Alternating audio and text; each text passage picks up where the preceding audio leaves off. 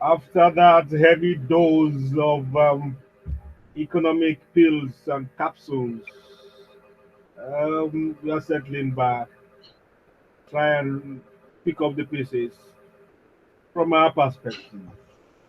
Uh, the common understanding of how it is possible for a man that is noted with integrity and eagerness to serve.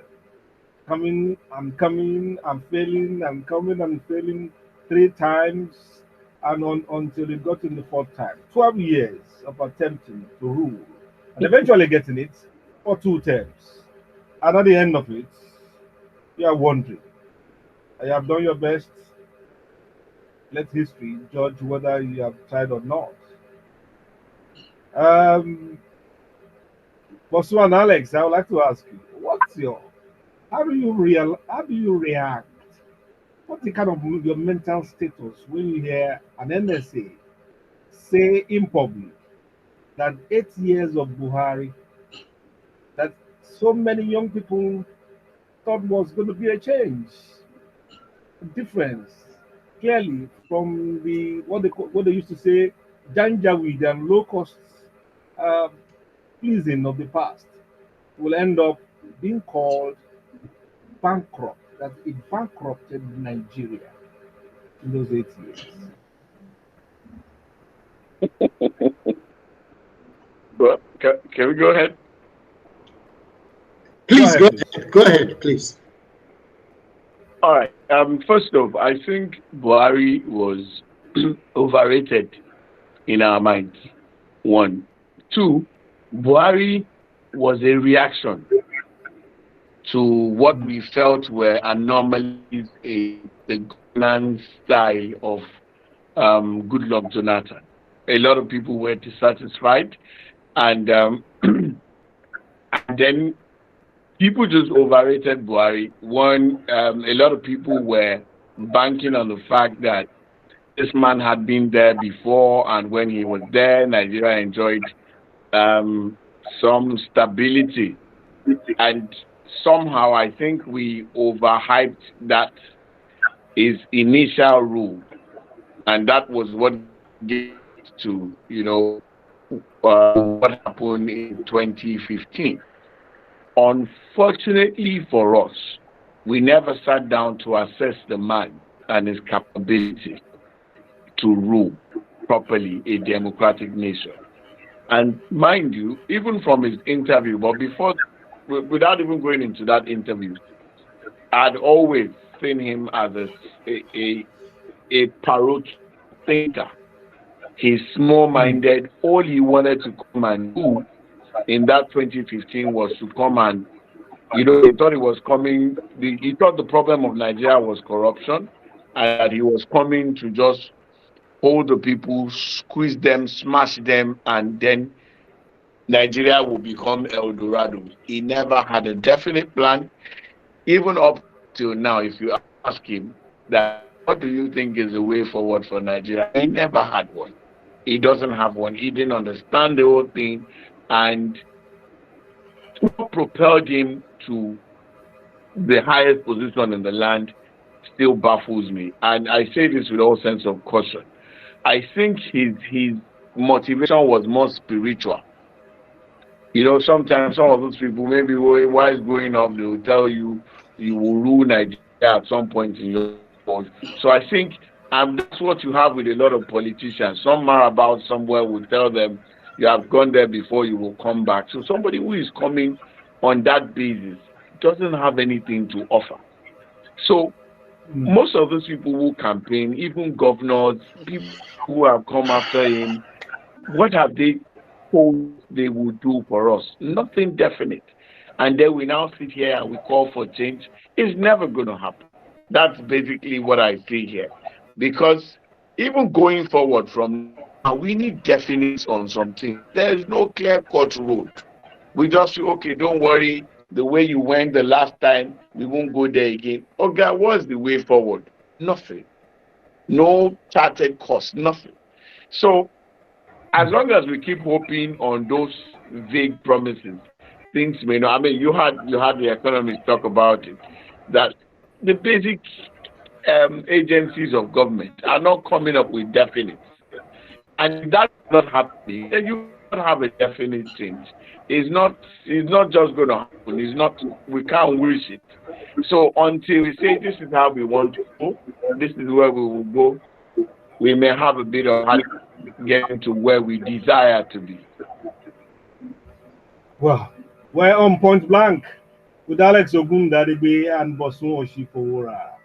Alex, is it that we expect too much of our leaders? Is it that we hold them on a pedestal they do not actually deserve? Why do we have this niggling sense of failure in the quality of our leadership? I think it all spans from enlightenment and education.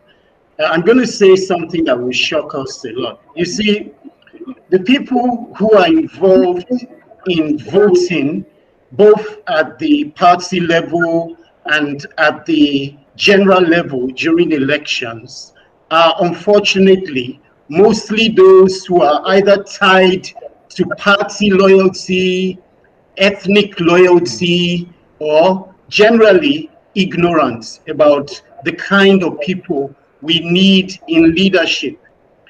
This may shock you, but I like to look at data whenever I'm arguing over issues. My basis is this: the figures, the metrics will show you if we've progressed or if we haven't. Now, if we take a very quick look into the voting patterns and the figures or numbers of people who vote and are involved in choosing a candidate, you'll be shocked about the analysis. I'll just give you an overview. I don't want to go into too much detail, right? In the last elections, when you talk about the general elections, it was not the numbers that registered that actually voted. And when you look at registration critically, you're going to discover that a majority of people who register are not really the educated and enlightened people. Now, the number that registered, it differed greatly from those who voted. Who votes in Nigeria? I'll shock you. I'll tell you, it's not the enlightened and educated people. It's mostly those who are swayed by sentiment, ethnic sentiment, party sentiment, and of course, favor.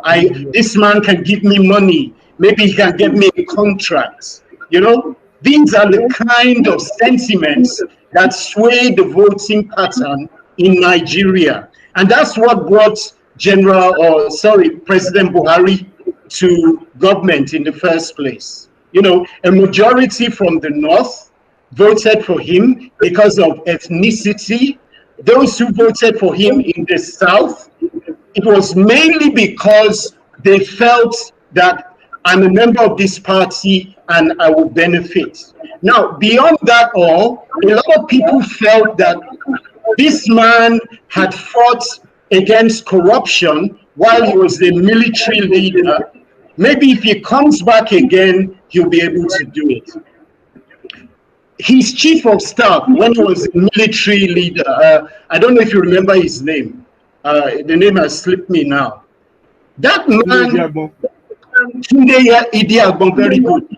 Tunde Idi Agbon was well-read, educated, I believe up to the master's level in economics. And a lot of people believe that when Buhari was military head of state, that Tunde Idi Agbon was actually the person making a lot of the decisions in the background. So you understand how during that short period, in which I think it was about a few months, about maybe not up to 2 years that he was president, a lot of the decisions that were taken were from Tunde Idi Agbon, not from Buhari himself. So that tells you, if he were to succeed in those 8 years that he was president, he needed a strong man beside him. Now, many people felt that Abba Kyari, who died, could have been that individual.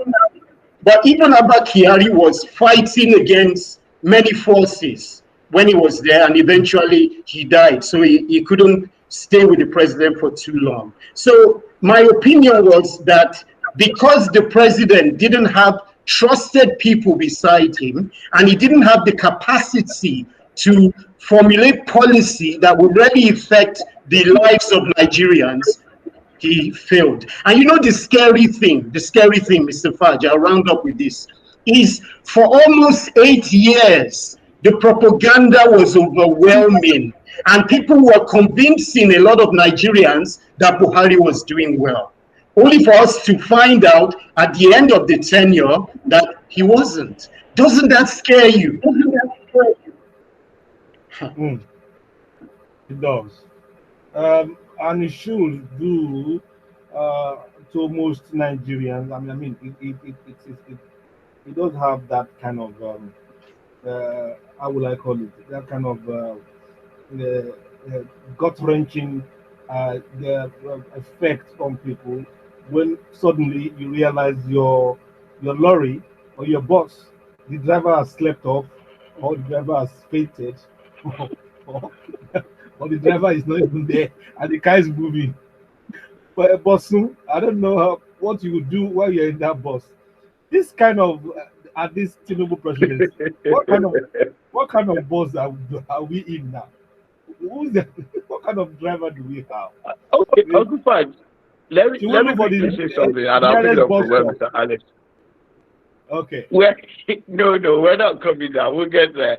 See, there's something Mr. Alex said, the whole propaganda. If you want to know a government that is not working, whether at the state level or at the federal level, when you see a whole lot of media hype, just know that government is functioning.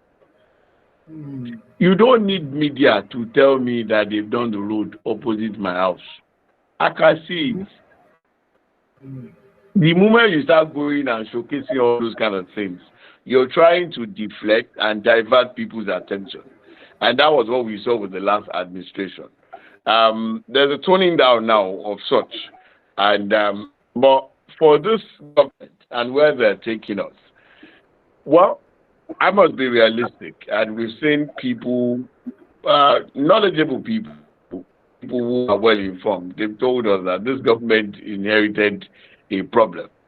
All right, but that has always been the case. Every successive government will tell you that even when those who took over from Goodluck Jonathan, they said they met. You saw how Lai Mohammed complained for the whole of 8 years and started referring to 6 years of PDP and everything, only for them to give us something worse than what they meant.